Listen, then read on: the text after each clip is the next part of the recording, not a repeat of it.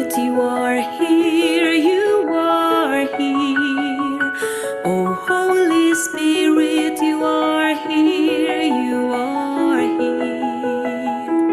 Melting hearts, transforming lives as we draw near. 'Cause Holy Spirit, you are here, you are here. As we kneel in prayer, we feel your presence there, and in your love so amazing, your peace so comforting, your joy overflowing to all the lives that are here. 'Cause Holy Spirit, you are here. Oh, Holy Spirit, you are here, you are here. Oh, Holy Spirit, you are here, you are here. Melting hearts, transforming lives as we draw near. 'Cause Holy Spirit, you are here, you are here. As we receive your fire and the blessings that are real, your life-giving word and the passion to fulfill. 'Cause Holy Spirit, you are here. Oh, Holy Spirit, you are here, you are here. Oh, Holy Spirit, you are here, you are here. Melting hearts, transforming lives as we draw near. 'Cause Holy Spirit, you are here, you are here. So we go forth in power, fighting your battles as we daily fall on our knees, aligning our hearts to the Father's heart, making Christ Jesus as the center of our lives, standing firm in His truth, proclaiming He's Lord of all. 'Cause Holy Spirit, you are here, you are here. Oh, thank you, Spirit, you are here, you are here. Melting hearts, transforming lives as we draw near. 'Cause Holy Spirit, you are here, you are here. 'Cause Holy Spirit, you are here, you are here. 'Cause Holy Spirit, you are here, you are here.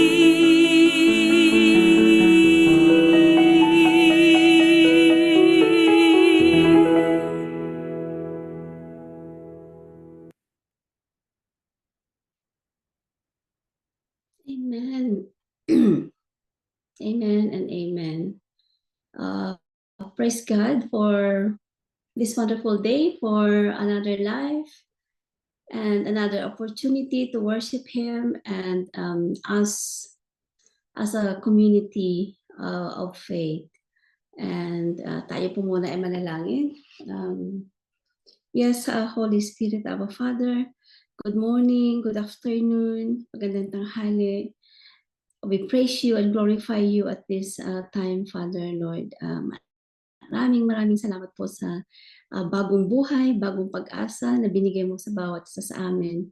Maraming salamat, Panginoon, for the opportunity again to worship together, to lift your name on high. Dear Lord, as I'm going to lead the devotion today, cover me with your love, Father, that the words that will come from my mouth will come from you. Humble me this time, Father. We commit to you everything in the mighty name of Jesus. Amen and amen.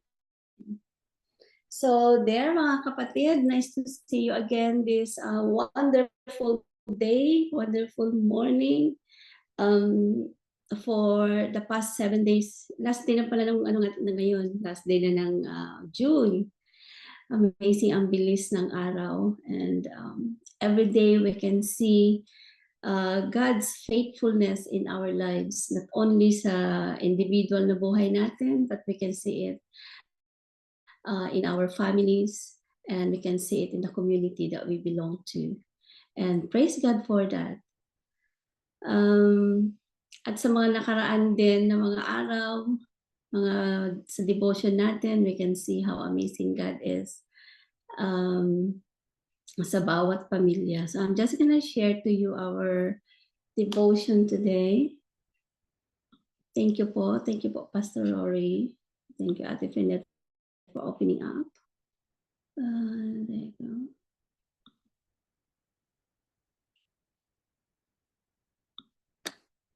So, sa umagang ito, napakaganda ng ating devotion. It is all about a husband and wife, a wife that never stop praying for the husband. Because the husband is, wala pa siyang naging relasyon sa Panginoon. Okay, so ang title niya is A Wife Faithful Prayers. So if you can change your husband, God can do it. Praise God. Well, everything is possible with God anyway, hindi po ba mga kapatid? So let's talk about Robert E. Lee and Mary Curtis.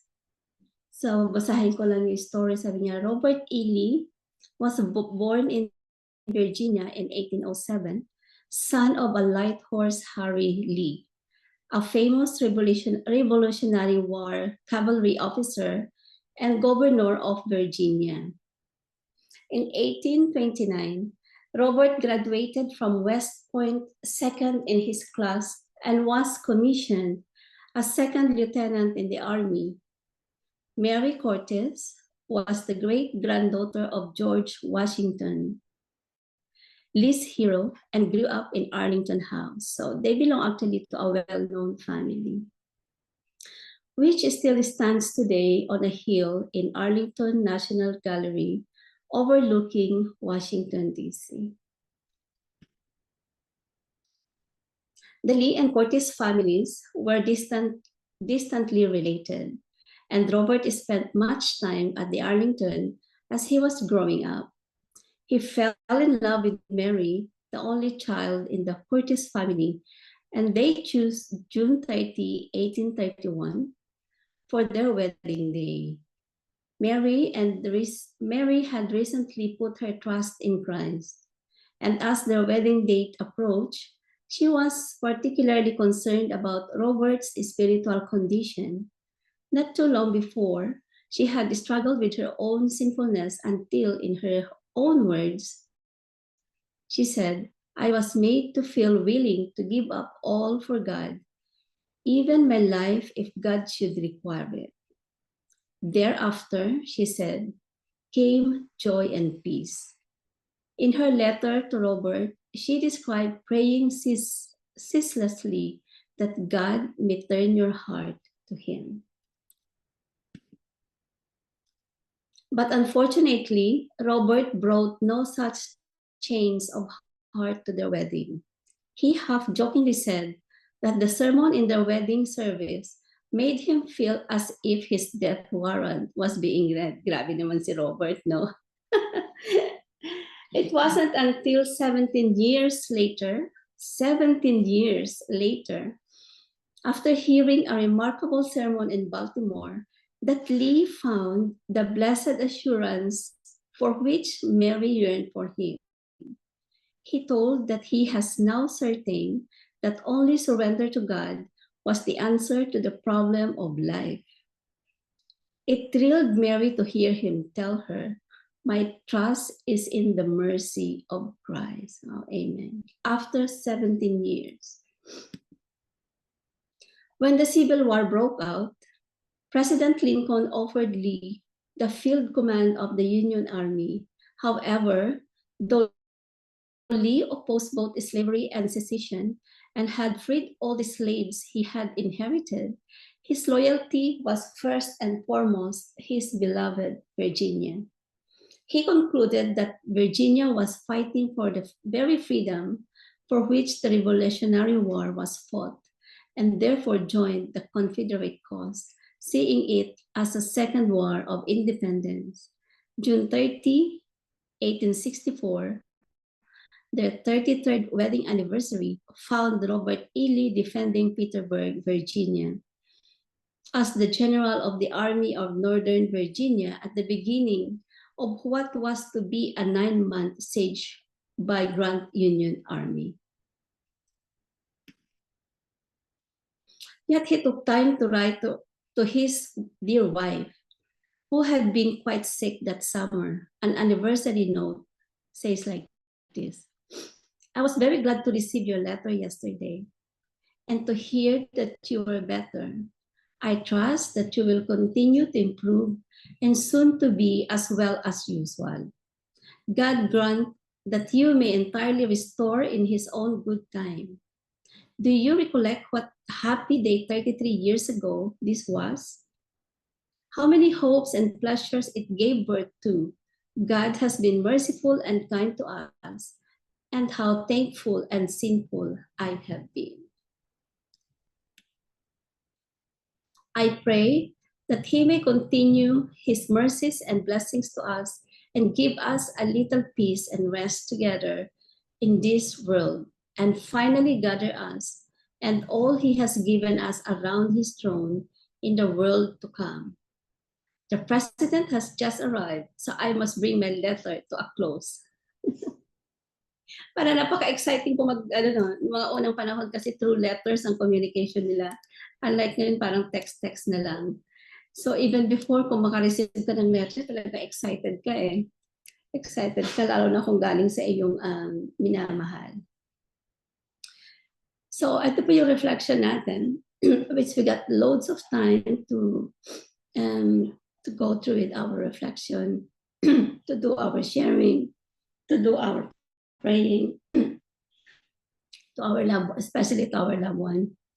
Kasi itong devotion natin na ito, it's been specific to a husband, or obviously if you don't have a family member,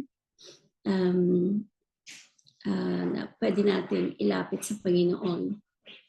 Sabi niya ganun dito, are you praying for members of your family who have never put their trust in Jesus? Mary Lee prayed for 17 years before her husband finally trusted in Jesus Christ as his Savior. So don't lose heart. Ganun. And yung verse natin ngayon can be found in 1 Peter 3, chapter 3, verses 1 to 2. At ang sabi niya, in the same way, you wives must accept the authority of your husbands, even those who refuse to accept good news. Your godly lives will speak to them better than any words. They will be won over by watching your pure, godly behavior. Amen and amen. So mga kapatid, this day is a very special day because it talks about our family, our loved ones. We can all share here in this platform kung sino po pwede mag-share. I would love to share how God have changed the lives of their any loved ones, specifically a member of the family. And we know that God loves a family. And napaka-mahal ng Panginoon ang pamilya. It's a basic, basic na community. Diba? Family. Ganun kamahal ng Panginoon.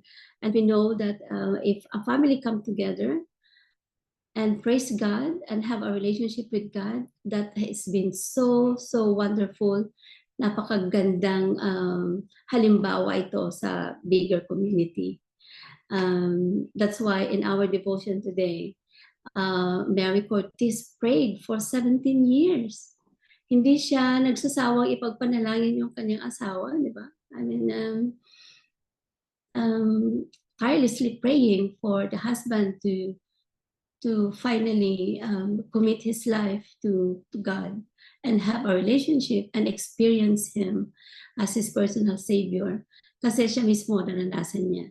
And how good it is to have a relationship with God. And in the end, nakita natin sa story that even Robert Lee states that ang kasagutan lang ng lahat ng problema ay magkaroon ng relasyon sa Panginoon, di ba sabi niya? Amen.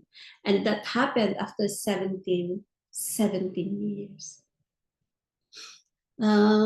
Yes po, pwede po natin i-open ito. I just really want to share then with our experience in our family. Hindi talaga kami Methodista. I mean, I think my parents were parang Catholic na hindi Catholic. Kasi we didn't grow up going to church. But I know parang Catholic yata kami. And then, I think that must be around 3 years, 4, 5 years, I can still remember. Yung mother ko ang nag-start na maging Methodista. My father used to be a politician, and you know, the life of a politician, very busy, ganyan, bago siya tinawag ng Panginoon na magsilbi sa kanya. So we've been going to the Methodist Church, and I know my mom didn't stop praying for our father, na sana makilala din niya yung Panginoon. I remember noon yung tapat ng kapilya namin sa San Manuel, sa tapat niya mismo, sa kabila, opposite, may madyungan. So pag Sunday, nandun din si Papsi. Kumbaga nasa church kami, tapos si Papsi nagmamadyung doon. But our mother didn't stop praying for our father to the point na may mga tumirang diakonesa at pastor sa bahay kahit hindi pa converted si Papsi. Di ba yung mga papastor noon, wala pa tayong mga parsonage, nag-stay pa muna sila sa mga bahay-bahay ng mga membro. So, I can still remember Pastor Nen Agtarap used to be our pastor. And Ate Josie Julian, they are the prime person who God used also para makilala ng father namin ang Panginoon. And then after a few many years, nakilala ng aming father ang Panginoon. Tumanggap siya through prayers. And kahit hindi pa siya converted noon, nagkakaroon ng devotion sa bahay every night. To the point that dahil nga politician yung aming tatay, so the house is open for everyone. So kahit na yung mga devotion na kinakandak noon nila Pastor Agtarap and Ate Josie as our deaconess, open din yung bahay sa devotion ng kapitbahay, ng mga kapitbahay. So in that devotions, mga kapitbahay namin pumupunta. But amazingly, God called our father finally. Our father committed his life to God for, I can't remember for how many years, but it's been a long time. Through the prayers of our mother and of course the pastors and the deaconesses who come and stay with us in the family. And to such time na iniwan na nga ni Papsi yung pagiging politiko niya, and he became also a pastor and a worker of God. So that's how amazing God is. And then after that, dahil father ang na-convert, sumama lahat ng kanyang mga anak. And wherever we go, kahit nasaan yung destino niya, nandun din kami. And that's where our first training in serving God is, as a whole family. And we can only give back all the praises and glory to God kasi gawain talaga ng Panginoon yan. He never, sabi nga niya ganun, if you pray ceaselessly, hindi ka titigil ng panalangin, God, on His perfect time, will eventually do it. Alam mo, hanggat sa lumambot yung puso ng ating pinagpapanalangin. That's why there is really nothing impossible in prayer, mga kapatid. So, yes. So, any of us can really share our experiences. Marami pa tayong time para ma-inspire din natin yung iba. You can open your mic. how the Lord have answered your loved one, especially within the family. Sino ba na nandito? It's a very good sharing.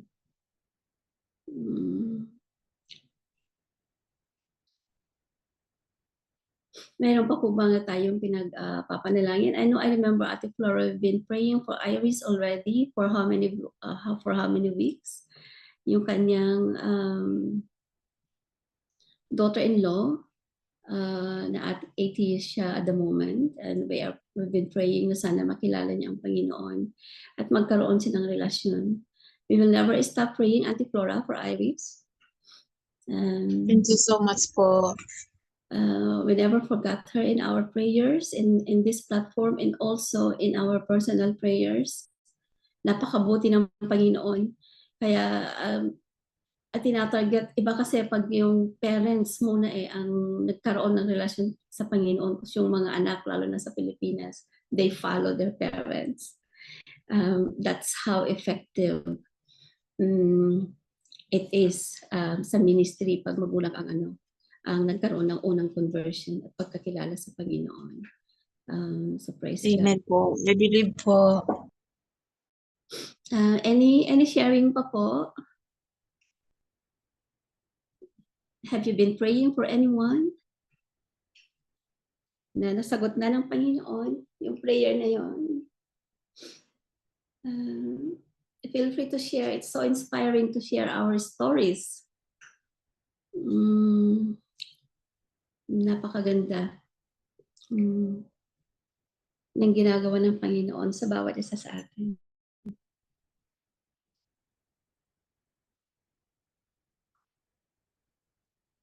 For anyone, yung nasa atin sa platform na to is the rest of the family already have a relationship with God.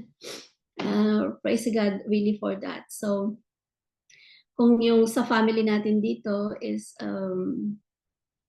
nagkaroon na ng relasyon sa Panginoon, then we can always go outside our family, our own basic family.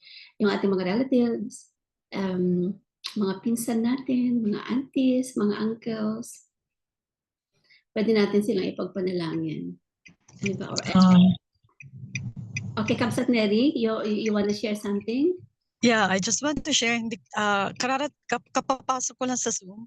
So I really don't know what are the topics, but I just want to share kasi yung paper ko sa Philippines is under process, the universities and high school. So I asked my cousins to process it. Yung isa, I believe she's a Methodist pero hindi siya ganun ka-active. Yung isa naman is Iglesia ni Cristo.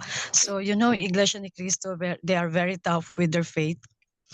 Pero yung paper ko is almost already 1 month and just sitting in the university. So ngayon, every now and then nag-update kami ano nang nangyari. So sabi ko sa kanya, Kasin, relax ka lang. We will pray. I will pray for you that God will favor you.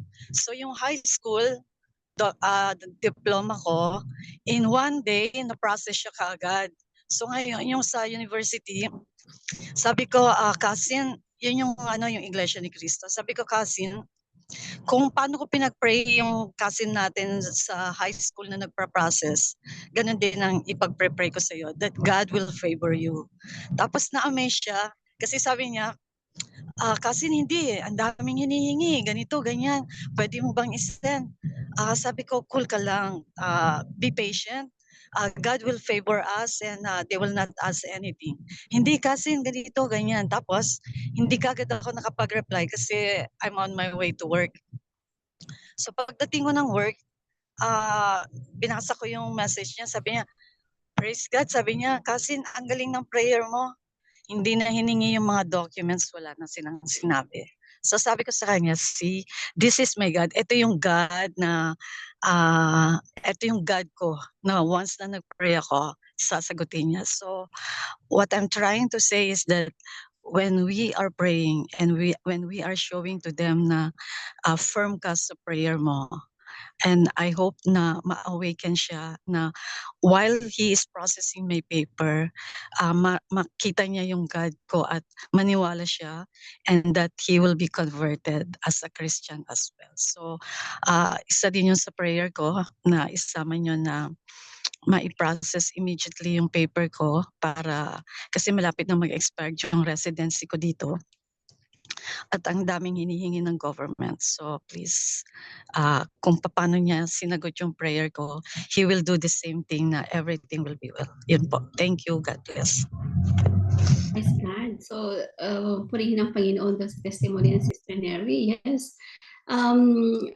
Napakaganda na sinishare natin sa ating mga loved ones, ating mga pinsan, how great our God is. So, yun nga sa naging experience ni kapatid na Neri sa kanyang pinsan. So, I'm sure nagkaroon na rin ng seed yung pinsan na yun. At na-introduce na ni Sister Neri that her God is a God of miracles, God of impossible. Basta pinagpanalangin natin. So, in any areas of our life, ganun din, even our loved ones, let's just keep praying for them. Yung mga ano ba yun, kung mayroon pang mga alinlangan, let's just really keep praying for them. It's really, really so good and amazing. So, meron pa po bang gustong mag-share before I'll give this to Pastor and Ate Finet for our corporate prayer? Good morning po. Hi, Sister May. Good morning. You want to share Good something? morning. Praise And God. long time. Yeah, sorry. Based po sa topic, hindi ko rin masyadong naintindihan yung devotional topic, but according po sa question, yung about sa, are you praying for members of your family who have never been to Jesus? Actually po, sabihin na natin we are all Christians naman, but yung transformation is not there. And personally, na unang-una sa akin, like I believe that my husband was been praying for me. Yung kaming, yung bago kami, he lay hands on me and everything, and until na talagang may in love ka kay Jesus, how yung power niya, kano katotoo, then yung Holy Spirit na mararamdaman mo na din and everything, and maintindihan at maunawaan mo na prayer is so powerful. And not only that, by accepting Jesus, alam naman natin na we are already Christians, but yung actions, yung hindi pa masyadong nata-transform or something na may mga weaknesses pa tayo, even until now naman may mga weaknesses pa rin tayo. But really praying for your husband or your wives is so powerful talaga, na yung intimate prayer mo kay Lord, kung meron siyang mga something na ayaw mo, or let's say attitude, no? And yung weakness niya makikita bilang isang asawa, ikaw mismo ang makakakita yung weakness niya, and ikaw lang din ang makakapag-rebuke nun, which is I mean yung makakapagsabi sa tao, kunwari ako, kung may something sa asawa ko, yung ibang tao hindi kayang mag-rebuke sa ng ibang tao, di po ba? Tapos tayo bilang asawa, parang it's our job, na it's our responsibility, or kumbaga tayo mismo nako-convict na kailangan kong sabihin ito. It's not easy, it's hard, but by doing that also you pray na how you deliver it, how you correct the person and everything. Kasi ganun din naman ang ginawa ng asawa ko sa akin before. Hindi niya ako, kunwari, dati pupunta pa ako sa ibang church na load ako, touch ako sa mga rebulto and everything. But he just, follow me, but I believe that he was praying also for me behind my back. And nakaka-amaze na lang na yung kung gaano ngayon ang ano yung kalabasan ng pagpe-pray niya sa akin. At the same time din po ah, yung mga pinagdadaanan namin or bilang mag-asawa, wala naman talagang pepekto.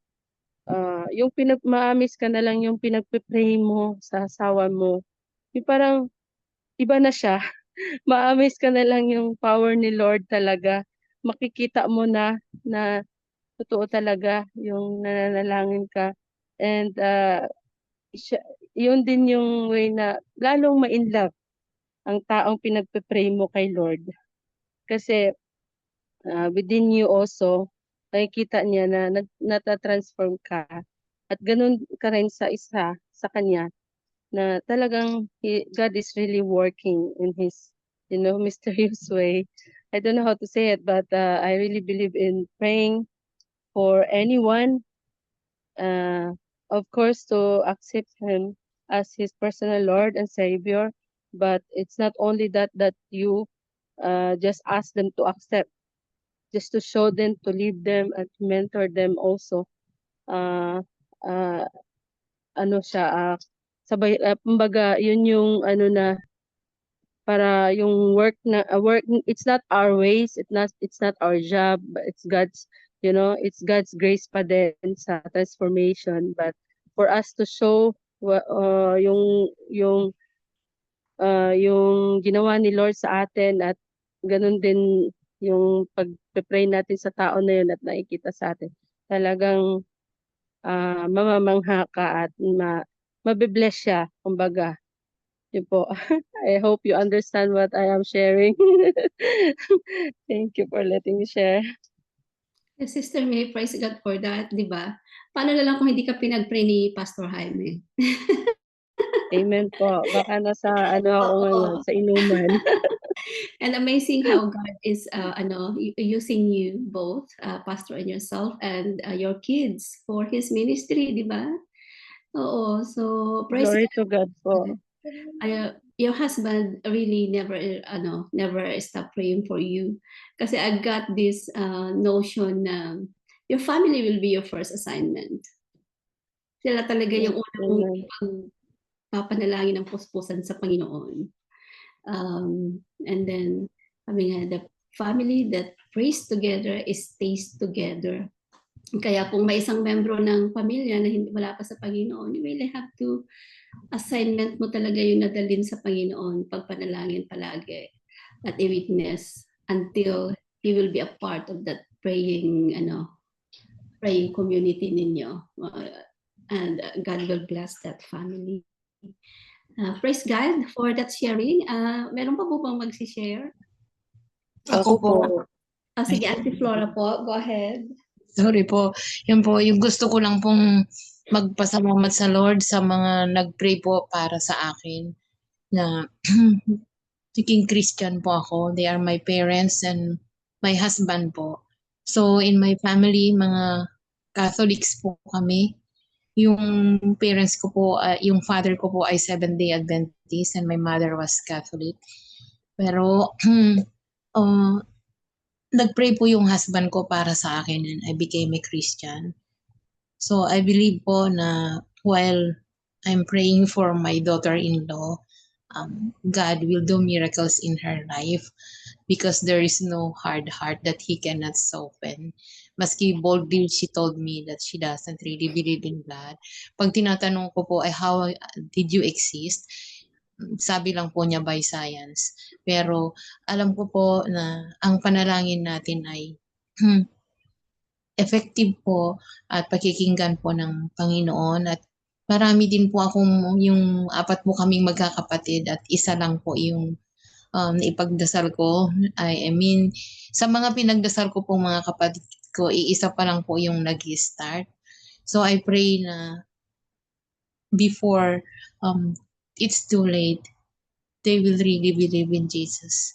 They will repent from their wicked ways and they will be saved. And thank you for your prayers para sa daughter-in-law. Thank you. God bless you. Amen po. Thank you po for the sharing. Meron lang akong isang suggestion, probably to put it in your prayer journal po, yung mga pangalan nila. para napo-follow up din po ninyo. Dun sa aking prayer journal, I used to write all my prayer requests sa Panginoon. When was the date that I started praying, and then kung kailan niya na sinagot yung panalangin. Marami doon hindi pa nasasagot. Medyo matagal na. But in His time, He will. Parang meron pang gustong mag-share kanina. Ako po, Sister Rolette, yes, go ahead, sis. magandang umaga po. I just tuned in as well a few minutes ago. Ang gusto ko pong i-share is that meron po akong pinsan, hindi naman po yung aking husband, because praise God, my husband is a God-fearing man, and na-meet ko po siya sa UMC Baguio way back, a very long time ago po. So yun po, around May po, yung aking pinsan na nasa Oman, na aksidente po siya. And so I called for prayer for her po dun sa aming church dito po sa GMC Abu Dhabi. And then ipananalangin po namin siya. Siya po ay non-believer. And maraming beses po niyang sinabi sa akin na gusto niyang mag-Muslim. So sabi ko, Lord, wag naman sana, wag naman sanang ituloy niya yung desisyon niya na mag-Muslim. And so every day kinakamusta ko po siya, tapos ipinagpe-pray ko po siya, at sinasabi ko din po sa kanya na my church is also praying for you. My church mates are praying for you. Our prayer warriors are praying for you. So after po niyang magpa-check up, yung po kanyang fracture sa paa, lumiit po ng maliit na maliit. Tuwan-tuwa ako. Sabi ko, wow, praise God. I know that God will heal you, and I know that God is working in you. So hindi po siya kumikibo, and I respect that. Siguro po nakikiramdam, ganyan. So fast forward po, nahirapan po siya makipag-usap dun sa nakabangga po sa kanya. And even yung insurance po, nahihirapan siyang makipag-usap. Then again, ipinag-pray ko po siya. Sabi ko na yung favor ni Lord, na leading ni Lord, ayan, ganyan po. And then finally, nag-respond na po yung insurance, and nakuha niya po yung karapat-dapat niyang makuha. So I was rejoicing with her. Sabi ko, wow, praise God. Ganito, ganyan. Sabi ko na talagang that is how God works. He gives you favor. Sabi kong ganon. Tapos yun po, sabi niya, oo nga, sabi niya, napakabuti ng Panginoon. So sa akin po yung marinig ko na sabihin niya yon, for someone who has not had any relationship with the Lord, is a big step, is a big leap of faith. I'm asking for prayers po as I go home next week, kasi po magmi-meet up po kami together with magkaka-reunion po kami. Kasama po yung iba pa naming mga relatives, because God has put into my heart to let them know who Jesus is. So just like what I shared kagabi po sa aming Bible study, I will obey and allow God to do the rest. I know that by myself alone, I wouldn't be able to make any conversion po, para kahit sa sino po sa kanila. But since God is asking me to do this, and to do this for them, that's what I will do, to pray for them. And I'm sure that the Lord will move and touch them individually. So please help me pray po na marami po sa kanila. If not all, of course, I claim na lahat po sana dahil medyo marami-rami po kami. Because alam niyo naman po that family is our first ministry, and they are also the hardest. Sila din po yung pinakamahirap because they look at us as how they knew us before. Yung pong ating nakaraan, ang kanilang dadaan, ang kanilang titingnan, at ganun po yata talaga ang tao, ang nakikita po yung nakaraan. So I know will be a bit challenging, but I am trusting the Lord that He will move, that the Holy Spirit will move. So, yun lang po, gusto ko lang pong i-share, and thank you for letting me share.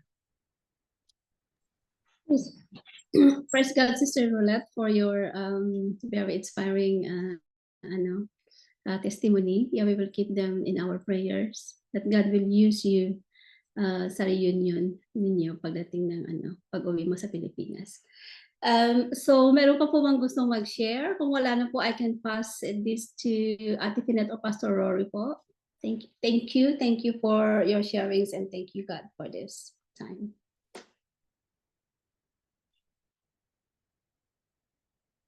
Praise God, praise God. Wow, what a powerful, very encouraging sharing of God's word. And we give all the praises to our God. Maraming salamat, Sister Ruth, for that, for leading us and for sharing God's word with us and for facilitating itong ating pong sharing. And thank you everyone, those who had shared their testimonies, their experiences. Tunay nga naman na napakabuti ng ating Panginoon. God is a powerful God, at nakikita natin sa buhay ng bawat isa sa atin how He continues to use us as channels of His grace, of His love, of His mercy, and yung para makilala siya, ma-lead natin ang ating mga mahal sa buhay sa Kanya. Yes, I agree, sabi ni Sister Rolette kanina, yung ating mga families, the closest people to us are the hardest as well to witness to. Why? Because they know us. They know our ins and outs. They know our moods. They see us in our vulnerabilities, hindi ba? Yung talaga sila yung nakaka-witness. Kasi kasama natin sila sa bahay. Minsan nga kasama natin sila sa bawat sandali, 'di ba? And wala tayong maitatago sa kanila. Sila yung unlike yung mga people outside our families, mga friends or na they can sometimes they see us in our best, but our families, they see us in our worst. So, yun yung challenge. So, I believe that I heard that from someone as well, na talagang witnessing to our families is one of the most challenging tasks that we have as Christians. So, but syempre, yun po yung kailangang gawin natin. We have to be intentional kasi syempre yun nga, kung meron tayong nais madala sa ating Panginoon, first and foremost would be our loved ones. Ayaw nating maiwanan siyempre sila, di ba? Gusto natin madala din natin sila kung nasaan tayo. And alam nyo po, just a quick sharing lang din po, I was trying to find an opportunity. Meron po, it's not my personal experience, pero meron po akong narinig from a sermon, I think, years ago. This is also an experience between a wife and a husband. Etong wife yung Christian, and yung husband is hindi siya Christian. Siya lahat ng vices, manginginom, ng bababae, lahat ng vices nasa kanya. And this wife had been praying and praying for him for so many years. And every night, alam niyo pong ginagawa nitong wife na to, kapag tulog na yung kanyang asawa, talagang uupo po siya o lumuluhod siya sa tabi ng asawa niya on whichever side of the bed he was. And she would lay hands on him. At the same time, praying. Siyempre, tulog yung asawa. Di naman niya alam kung ano yung ginagawa nung asawang babae, no? So, she would lay hands on her husband while she was praying. At talagang, alam niyo po yung iyak niya, yung tears niya. And alam niyo po, yung tears pala niya, di ba yung kapag umiiyak ka talagang iniiyakan mo talaga yung pinapanalangin mo, you're laying hands on him. She was laying hands on him. Yung tears niya, pala, yung tumutulo doon sa kung ano yung part nung katawan ng asawa niya na nandoon siya. So tumutulo. At actually, kung minsan nararamdaman pala nung asawa niya yun. But hindi siya nagsasalita, hindi niya sinasabi, wala. Basta nararamdaman niya yung tears na pumapatak sa kanya. And then lo and behold, mga kapatid, miracles truly happen. Talagang for so long na ginagawa nun. Slowly, gradually, the husband came to faith. So, anong ibig sabihin nito? When we pray for our loved ones, we have to be intentional. Diba? We have to be not just persistent, but be intentional. We have to travail. Yun nga, yung travailing prayers na sinasabi. That we cry out to God, and it is the Holy Spirit crying out through us for those people who are yung mga unsaved souls. And that's how he uses us. So yun po ang nangyari, and then the husband came to faith and answered prayer. But that was how she did it. So let us not underestimate the power of laying on of hands, the power of travailing prayers, and the power of a praying wife or a praying mother or a praying member of the family. Let us not underestimate, because there is power in there. Amen and amen. Thank you po. And Ate Sanet, Yes gusto po, ko go lang ahead. magbigay ng confirmation sa sharing niyo po. And yung ginagawa po ni Pastor Tisa sa akin when we are just married, hindi niya alam, mahilig kasi si Pastor gumigising na madaling araw. Magbasa ng Bible, mag-pray. Ayun, siyempre tayo tulog. Pero I just confirm na that's so really powerful, yung laying hands and yung intentional. Hindi minsan nagigising ako, hindi alam ni Pastor Tisa na nakikita ko yung sa konting dilat lang. Hindi, nagkunwari pa rin akong tulog. Hindi ko pinapakita sa kanya na nagigising ito siyang pinapipray niya ako at nililihands niya. That was when we are in Manila. Bago pa lang po kami. And as you know naman, hindi talaga ako na-break out na mag-read ng Bible. Alam mo yan, yung hanggat nakilala ko po yung pamilya niya. At ayun nga, sinishare ko na rin naman po sa inyo dati na yung ini-intentional din niya akong magbasa ng Bible. Hindi nga ako marunong ng mga chapter. Yung mga verse, and how old na ako nun? 25 years old. So yeah, that's I confirm that is very powerful po, yung intentional and yung laying hands. And even right now, he is doing it through our son po. Kahit kanino, even me, minsan, siyempre yung mga pinagdadaanan tayo initially, he's still doing it. I know it. Yeah, I confirm that is really powerful. Thank you for letting me share. Amen, amen. Ayan, praise God. Okay, so is there anyone else po who would like to? Meron po bang mga nag-unmute? Hindi ko nakikita. Yan. Yan. Praise God. So sige po, in that note, let's move on sa ating prayer time.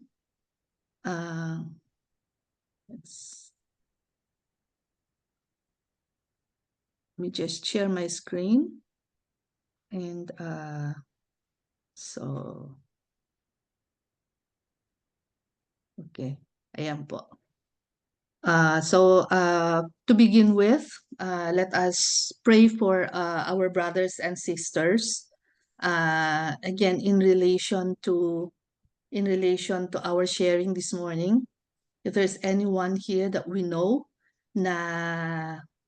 because I believe some of these the persons that are listed on our prayer list had been requested. They had been requested by us kung sino yung nag-request man sa atin dito sa mga kapatid. And if there's anyone here whom we know that has not accepted Christ as their Lord, their Savior, who has not received the grace of salvation and forgiveness mula sa ating Panginoon, then let us pray as well as part of their healing, that they will also receive the spiritual healing that only comes from God. So let's pray for them, sa ating mga kapatid, those who are on our list and also those who are not. If we know of anyone that needs healing, wholeness, deliverance, restoration, coming to faith, lahat na yon, let us lift them up to God, believing in faith again and again that God is a prayer answering God. He will never forsake us, and he will see to it that all our prayers are answered according to His will and according to His own perfect time. Okay, so sige po mga kapatid, in 1 minute, let's all unmute and let us lift up para di na umalis dito. to God in prayer all our for our prayers for healing for our brothers and sisters. Sige po. Hallelujah. Yes, Father God, we lift up our brothers and sisters who are needing healing from you. Panginoon, you are our God. You are the God who loves to heal your people. Ayaw mo, Panginoon, Lord, na ang inyong mga anak, Panginoon, ay nagsasuffer, na they continue to be in these situations. But you really want, Lord, to bring wholeness, to bring healing, and to bring deliverance and restoration and healing, Panginoon, sa bawat isa sa kanila. Anumang area ng buhay nila, we pray that our brothers and sisters who are on our prayer list, those who do not have their faith in you yet, that they will also come to faith and they receive their healing, physical healing from you. This will also pave the way, Panginoon, upang makilala ka nila, upang magkaroon sila, Panginoon, ng pananampalataya sa iyo, and transform lives as well through the power of the Holy Spirit. In Jesus' name. Thank you, Lord. Amen. Amen. Amen. And for the pillars of society, let's pray for the church and ministries as the focus of our pillars of society today, being it a Sunday. Let's continue to lift up to God in prayer the pastors, the deaconesses, the church leaders, and every member of the body of Christ. Sa mga churches na they will still be having their worship services today, this morning, then let's keep them in prayer as well, that God will send messengers of His words, and that people will receive that message joyfully and allow God, the Holy Spirit, to transform their lives. na ang mga salita ng Panginoon ay magkaroon ng bunga sa kanilang mga buhay. Let's continue to also pray for all the ministries, yung mga discipleship ministries, mga missions, evangelism, stewardship, yung Christian education as well. Marami pang ibang mga ministries. Let's pray for all the missionaries as well who go out to the mission fields, to the front lines, risking everything they have, including their lives. Alam natin how difficult that can be. So let's cover them with our prayers, mga kapatid. So in 1 minute, let's all join together dito sa prayer blast na ito. Hallelujah. Hallelujah. You are also the God, Jehovah Jireh. You are our Aming provider. nilalapit, O Diyos, sa Alam oras namin, ng Panginoon ng bawat iglesia. Man, O God, yung mga pangailangan, mga kondisyon, O God, O Panginoon, situations, Lord, ng inyong dalangin iglesia, namin sa bawat mga ay pagtuturo, patuloy, Panginoon, na kayo, Lord, sa iyong ang iglesia. inaasahan namin, Itunay na Panginoon, pagtuturo natin kumilos sa iyong salita. sa buhay ng Ayon bawat sa iyong anak. salita, Panginoon, na Lord, hindi we lift up to you the pastors, the deaconesses, the church leaders, iniiba. and every member of the Tapos, body O of Diyos, Christ. Those whom you have called according to your purpose, silang tapat sa those who are maging loyal sa yung inyo pong dugo, gitna Panginoon, man ng dumanak sa panganib, krus, O God, sa gitna man ng to mga save, pagsubok, O God, sa gitna man to bring ng these mga hindi people to pagkakaunawaan, you, O God. o Tulungan mo iiwan kami, sila, Panginoon, Lord, to tunay be na your natin mouthpiece, to be your witness, to tunay be na, O Diyos, our sapagkat testimonies, ikaw ang Panginoon, pinaglilingkuran sa hindi iba, upang ikaw din, Lord, sila din, Panginoon, ay kahit tunay makapagpala na sa inyo, Lord, mahubog karoon ng isang buhay, sa Panginoon, iyong naganap at sa kasiyasiya, pangalan ni Panginoon, Jesus. sa Amen. pamamagitan ng kapangyarihan ng banal na Espiritu sa aming buhay. Maraming salamat, Lord. In Jesus' name we pray. Amen. Okay, and now let's pray for the nations and the governments.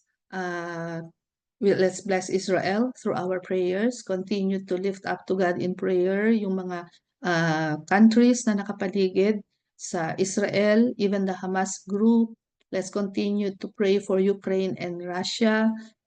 Yung patuloy pa rin na conflicts na ito ang magkaroon ng katugunan sa pamamagitan ng mga maaayos na pag-uusap, peaceful resolution and peaceful talks sa kanilang mga issues between these countries.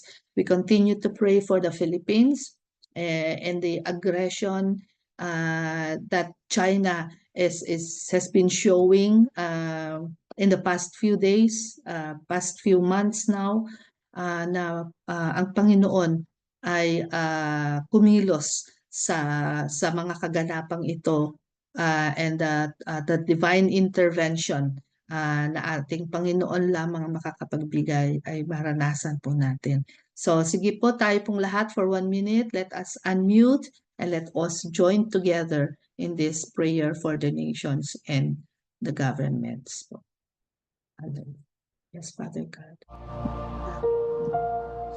That's why we are lifting up to you, Panginoon, Lord, for your divine intervention, O God, sa mga nangyayari, Panginoon, sa between the nations. Continue, Panginoon, to pray, O God, for Israel.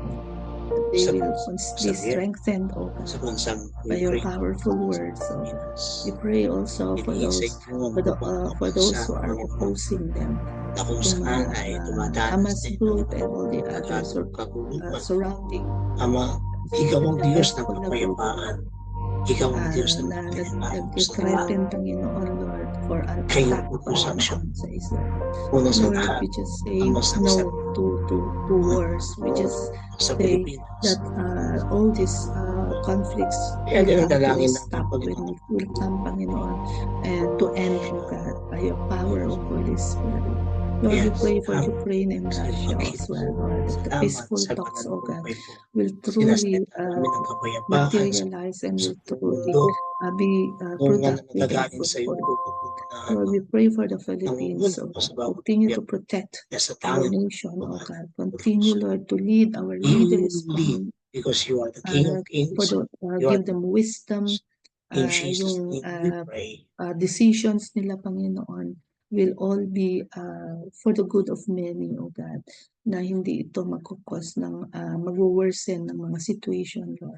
We also pray for China, O God. Lord, you are the God of reversals. You are the God of shiftings, and you have the power, O God, to change the minds, O God, of these people who are trying, Panginoon, to show aggression and violence, O God, sa aming bansang Pilipinas. Lord, thank you, because we know you heard our prayers and you will also answer our prayers. In Jesus' name, amen and amen.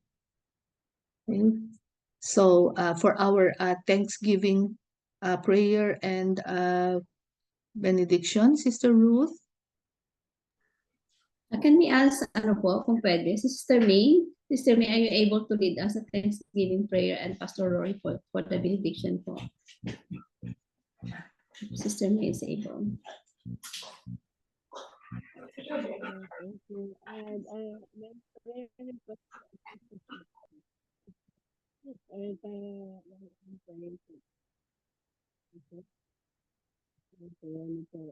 travel po kami ni JB to Philippines for vacation and si Pastor din po sa July 3, which is yung teacher po Pastor is concerned. So, ayun tayo sa 3 naka-nagpita. Kami po is just a church passenger. Meaning po it's only a privilege ticket from our brother na nag-work po sa Etihad Airlines. It's just a 10% chance na makasakay if there is any availability seat po.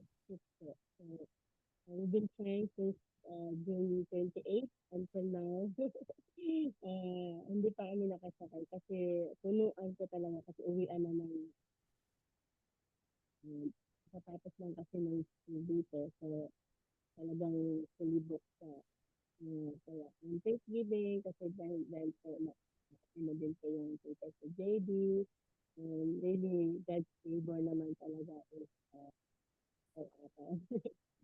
Yan po, first support lang po, si JD kasi gusto nagka-problema kami dito. Alam niyo naman yung nagka-problema bangko, yung mahod yung pera na maliit. Tapos yung nag-process sa Pastor ng papers namin sa visa, out of budget kami mag-asawa, so ang natapos lang ni Pastor na maasikaso na visa is ako lang asakasipay. So, asikado sa finances namin yung pagpa-hold ng maliit namin halaga na nasa bangko. So, dumating kasi sa punto sa amin ni Pastor na pag-work naman kami problema nga. Kung kanino kami lumalapit, dumating din na kami. But that time po, God's word is human control. So, ayun po, almost 2 years, nandito si JD, and thank you to God na sa panahon na yun, walang insurance, and hindi daw masyadong marinig.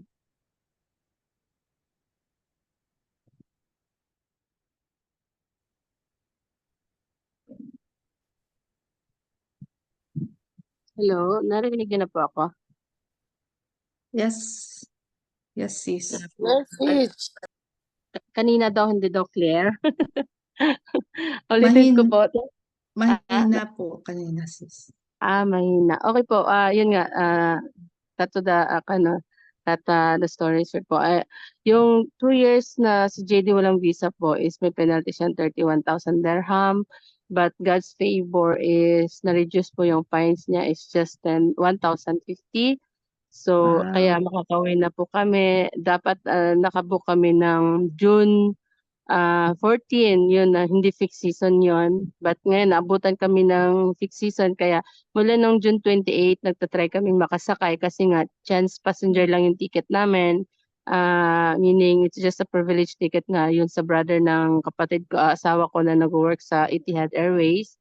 So it's very mura, napakamurang ticket pero blessing pa rin yun ni Lord. Patiently waiting lang kami na magkaroon ng available seats na sa airlines po. So I'm asking for prayer for God's favor again na makauwi na rin kami ni Jay kasi ako parang na-try ko na kasi ito dati pero parang makikita ko si Jay din kanina, dalawang beses kami nagpunta na sa airport na sabi ng kapatid, okay te, may good signal na tayo, maluwang ang biyahe. Kaso lang, yung magre-rebook ng ticket is na-closean na ng pagre-rebook, na-closean na, hindi na pwedeng mag-rebook. Kaya hindi kami nakaabot pero nakarating na kami sa airport. So uwi na naman kami. So parang kay Jay, di ba, na experience, hindi siya hindi siya healthy. Pero pinapaliwanag naman namin. So yun po yung Thanksgiving ko na okay yung papers niya at saka traveling mercy and favor. Alam ko makakabiyahe kami. Yun nga lang, waiting patiently kami. So yun po. Maraming salamat po. Siguro kasi hindi ako nakaka-join ng daybreak kaya hindi ako may pa si Lord, may purpose pa na i-report mo muna yung ginawa ko. Ayun po. Kasi Ngayon na i-report mo na sis. So ano na Opo, yan? ganon Supernatural din. favors coming your way Amen. in Ganon din Jesus' po name. kahapon sa church. Sabi ko baka kasi may ginawa na si Lord. Tapos kasi yung problema namin kay JD, thank God naman that alam yung peace nga at saka yung joy while serving the Lord nga. Kahit alam namin may problema, andun yung minsan iniisip mo siya but yung power ni Lord talaga is nag-overpower sa buhay kahit meron kang pinagdadaanan. And yun nga, hindi naman alam ng church, hindi naman sinasabi kasi nga sabi naman ni Lord, I'm in control, be still. So ito na nga, binigyan kami ng discount. Sipin mo, 31,000 naging 1,050. Kasi pwede naman i-decline yun di ba? Kasi may isa nga kaming kakilala na ang isa na decline. So hindi na kami pinahirapan ni Lord na na-reduce na kaagad yung 1,050 na lang. Tapos yung ticket namin mura pa. So it's our time to go home to Philippines for vacation kasi 15 years hindi kami nakakapagbakasyon. I mean, since na pumunta kami dito since 2007, wala pa kaming talagang vacation time as a family. So I think this is God's perfect timing na nire-ready din kami ni Lord to face also the yung may gera kami kakaharapin kasi nga yung pamilya din, kagaya ng topic natin today, it's our assignment ni Lord. Amen. So pray for us po na sa assignment ni Lord magawa namin. Alam niyo naman, kagaya ng sharing ni Sister Relette, we have the same assignment. So yun po, maraming Yes. salamat. Okay po, let us all Praise. pray. Maraming salamat po. Let us all pray po. Hallelujah. Abba Father, Lord Jesus, O Holy Spirit. We thank you, Lord, for your goodness, your mercy, and love, Panginoon. And we thank you for your presence, O Holy Spirit, right now, that you are leading us to share our testimonies. May our testimonies be a blessing to others, O Lord God. And Lord, patuloy, pinupuri ka namin, Panginoon, dahil tunay, Panginoon, na kayo po ang aming Diyos na nakikinig sa aming mga panalangin, nakikinig sa aming mga damdamin, Panginoon, at gracious ka, Panginoon, sa aming mga kahinaan, Panginoon, sa aming mga kakulangan, Panginoon. You are so merciful, O God. And we thank you, Lord. We thank you that for the privilege, Panginoon, na kami po ay makalapit sa inyo, Panginoon, sa lahat ng aming mga pangangailangan, Panginoon, sa lahat ng aming mga prayers, Panginoon, lalong-lalo na, Panginoon, sa mga pamilya namin, Panginoon, na hindi pa po nakakakilala sa inyo, Lord. And I believe this is a perfect topic for us, Lord, na as we go to Philippines, Panginoon, to face our family, Panginoon, na andun pa po sila sa buhay, Panginoon, na sabihin natin they are Christians, Lord, but still the life of being a Christian, O Lord, wala pa po. And it's our privilege also, Panginoon, to minister them, Panginoon, but we just ask your supernatural leading, Panginoon, as we obey na sa mga appointments niyo po na ibibigay sa amin, Panginoon. We cannot face them with confidence, with knowledge and wisdom, kung wala po ang iyong banal na Espiritu, Panginoon, na mananahan sa amin, magbibigay sa amin ng instruction, Panginoon, and may your yung being a Christ-like, Panginoon, makita po sa amin, Panginoon, upang sa ganun, Panginoon, being your ambassador, Lord, ay magampanan namin yun, Panginoon. And Lord, salamat din po sa anak niyo po na ginamit ngayon, Panginoon, upang mag-share ng iyong mga salita, Panginoon. Thank you for her life, Panginoon, as she obeyed, Panginoon, the Holy Spirit, Panginoon, as she lead us, Panginoon, sa devotion today.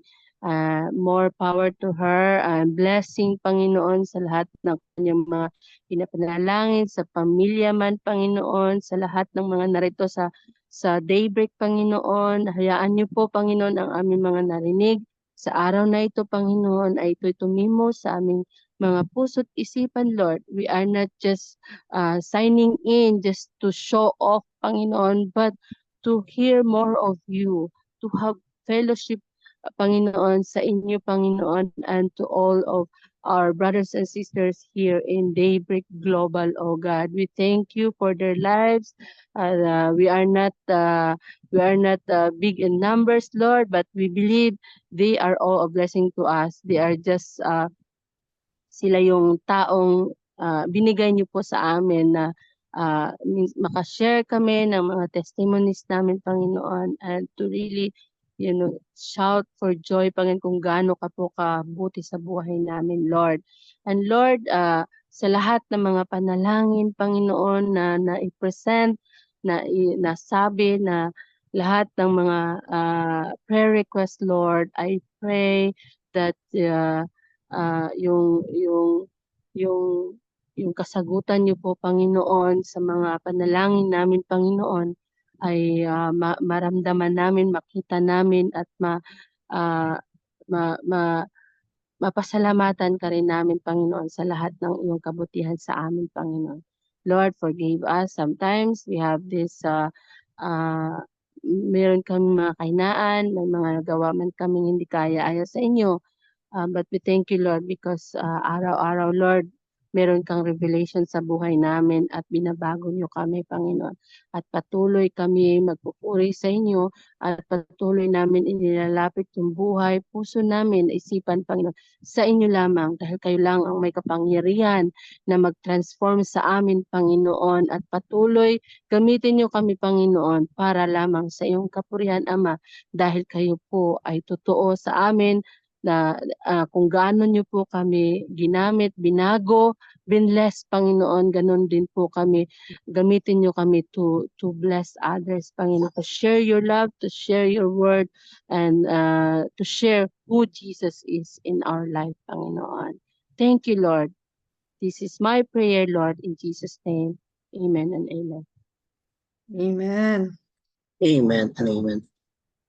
And now receive the benediction from our God, the Father, our loving God, our King, our Lord, through Jesus Christ, our Savior, and the fellowship of the Holy Spirit. Give us the power, give us the authority to give us all in all, because we are the sons and daughters of God. And receive the benediction and declaration in Numbers chapter 6, verse 24 to 26.